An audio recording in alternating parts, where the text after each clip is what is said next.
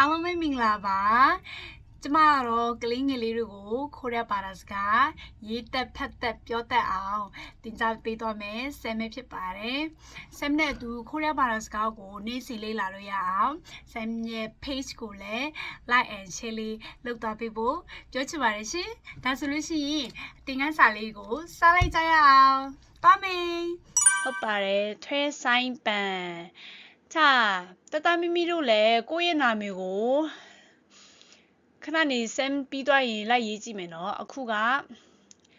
자လိုက်ကြည့်လိုက်ပါဦးဟုတ်ပါပြီဒီတစ်ခုဆမ်ဖြတ်လိုက်မယ်နော်နောက်တစ်ခုပြန်ပေါင်းပြမယ်ဒါဆိုဆမ်ရဲ့ပထမဆုံးနာမည်ဖြစ်ပါတယ်ဒုတိယနာမည်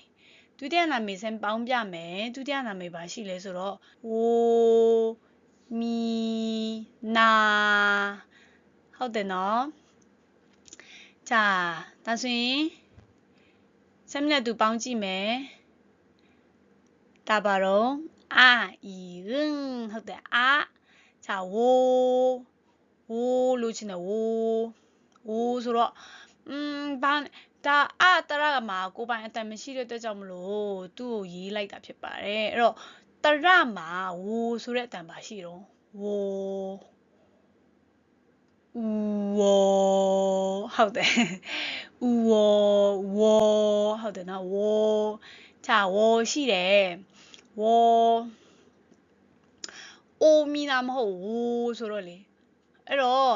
ဒီမှာသူနဲ့ဆက်တဲ့သူနဲ့အနီးဆက်ဆုံးအတန်ကဝ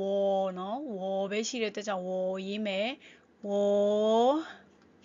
မီဆိုတော့ဘာနဲ့ဘာပေါင်းရမှာတော့ဟုတ်တယ်မနဲ့ဤနဲ့ပေါင်းမယ်ဝမီ자နာဆိုတော့နာနဲ့ဘာနဲ့ပေါင်းရင်နာဖြစ်မှာတော့နာနဲ့အာနာအာနာဝမီနာ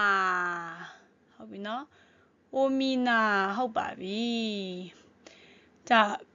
နာမည်ရသွားပြီကဲဒါဆိုရင်မောင်မောင်ဥပမာဆမ်ကပြထားပေးတယ်မောင်မောင်နော်မောင်မောင်ကို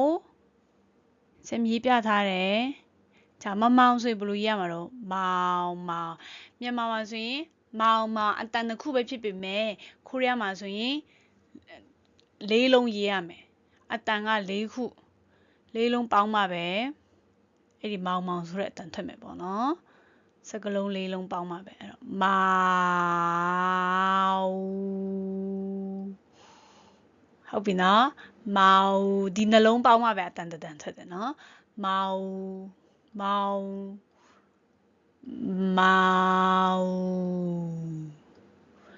မောင်မောင်ဟုတ်ပြီနော်